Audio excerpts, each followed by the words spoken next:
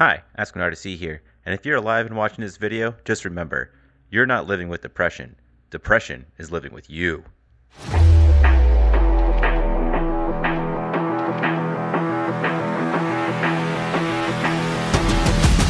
How old were you when you joined the military? If you joined the military, that is. For me personally, I joined when I was 20, and then shortly after, I turned 21 while I was in the Navy. Julian! Personally, if I had to do it again, I probably would have joined at 18, or like as soon as possible, knowing what I know now, just knowing that I end up really liking it. I never really thought, what is the age cutoff? I remember one time when I was in RDC, I was going into the main quarterdeck fishbowl area, and there was a gentleman there, and he looked quite older. Turns out he just wasn't aging gracefully. But I was like, hey, how old are you, man? He's like, I'm 39. And I was like, well, that's kind of a late time to be joining the Navy. I didn't say that to him. I kept my thoughts to myself. But then it kind of curious, what's the age cutoff limit? Well, I just found this out, and it's 41. But specifically, you cannot turn 42 until after you graduate boot camp. So you have to time it all properly. But then it comes to beg the question, who would join at 41?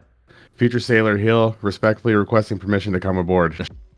Meet Jeffrey Hill. Honestly, just a wonderful dude. I was going through some of my comments, and every once in a while I like to pick out some people and just kind of check out their channel if they have their own channel as well. And then I noticed he's joining the Navy at age 41. And I thought that was super interesting. I just really want to get to know him. And I did a whole interview and podcast with him, and I'm going to be putting that up. But I noticed that he asked a lot of questions, which is great. He's trying to get ready for it, but that just meant I did a lot of talking. And honestly, I thought this guy was just so inspiring that he deserved a little bit of spotlight. So first, I would like to get some highlights of some of the conversation we had, and then I'll be posting the podcast later. So everyone wants to know, Jeffrey, why are you joining at 41, man? So I actually wanted to be in the Navy since I was a little kid because my dad went to Vietnam when he was 17. He had to beg my grandma to take him down there and sign him up. My dad's uncle was a captain in the Navy on a battleship at the time. And he said, my grandma had told my dad, you can only go in if you go in Uncle Bill's Navy. My dad said he didn't care.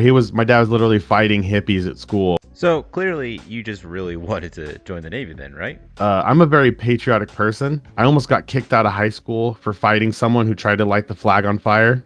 Jeffrey went on to talk about actually how he was doing financially really good. He and his wife are really stable.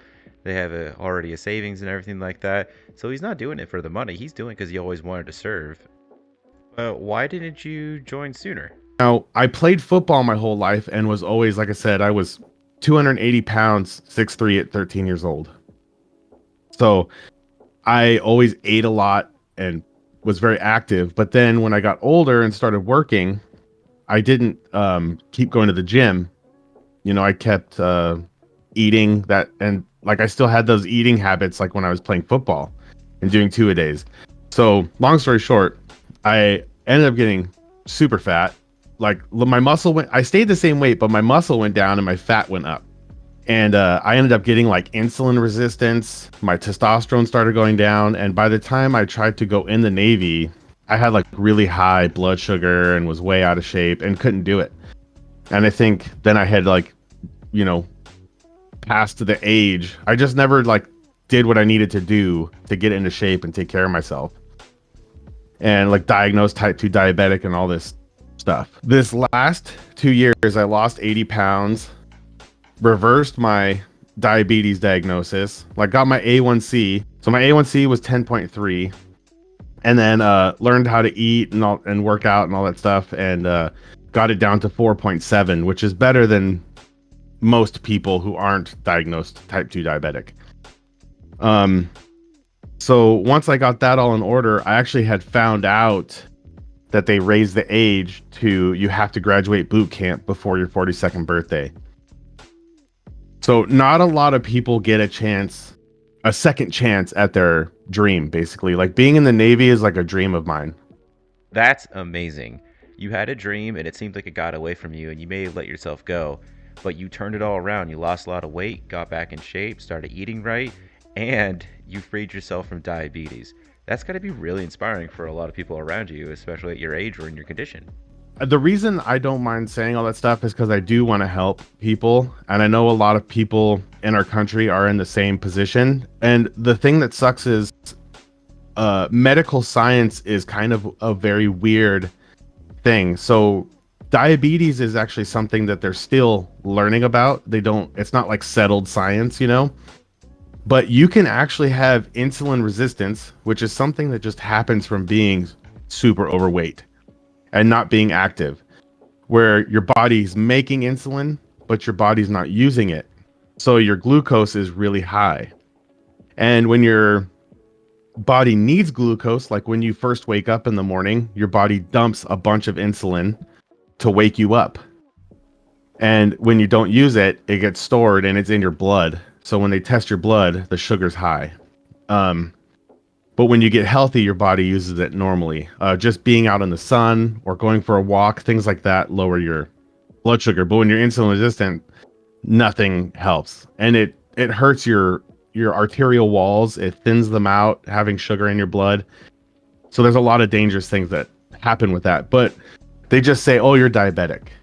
It's not like you go to a doctor, they don't just say like, hey, you know, if you eat right and you work out, because your pancreas makes the insulin. If you don't make insulin, that's a different thing. That is a different kind of diabetes that you probably won't be able to get in the Navy with, because they won't let in diabetics. That's a disqualifier. So when I went to MEPS and I met with the doctor in MEPS, they saw my history of high blood sugar. So I had to actually get a waiver for that. I had to go get a current A1C and give it to them, and then luckily they waived it. So nice. But I've always wanted to be in the Navy my whole life, and just I had to kind of tell you that stuff, why I didn't join before. I got a second chance. They raised the age, my health got better. Hell yeah. I also am more mature now. I don't know if I could have handled it when I was younger. I used to like to fight, and I was a very angry person, and being fat and having insulin resistance messes with your hormones too. So I had a really like serious low self-esteem and anger issues. Like if I saw someone laughing and they just looked at me, I would think they're laughing at me. Yeah, I've had low self-esteem issues before too, but honestly, being in the Navy kind of turned that around for me. And I don't think you're going to have low self-esteem issues anymore. Not that I see that you do now. I would be honored to call you shipmate and a brother. I'm just out of curiosity. Have you had any people who are just like, yo, why are you joining at 41? Dude, I've had so many people tell me I have two recruiters. My first one told me I wasn't going to make it in the Navy. Why? Because of my past blood sugar and my age. But then I have not my friends or family. Okay, so my friends or family have been 100% behind my back, which is insane. My wife is like, dude, this is what I try to tell you. Like, you don't understand how much I love the Navy. I'm a huge Navy fan, big time. Like, the Navy is the most powerful force we have, in my opinion, undisputable. No one could convince me otherwise. And that might be just because of my research. It might be because that's how I was raised, by my dad and our long Navy history in our family. But I've wanted to be a sailor my whole life. Hell yeah, dude. So everybody who knows me is like, dude, you have to, don't give up. Like days when I was hard on myself, everybody had my back, but sharing my stuff online, you know how people are online, and so many people, dude, you're not gonna make it, and there's no way, you're too old. One thing that really upset me about this interview is I didn't get a chance to respond to Jeffrey directly about this. And Jeffrey, if you're watching now, listen up, man. You have so many people supporting you. Look at your comment section, man. Yeah, there's always going to be haters. Everyone's going to get haters even if they do the right thing.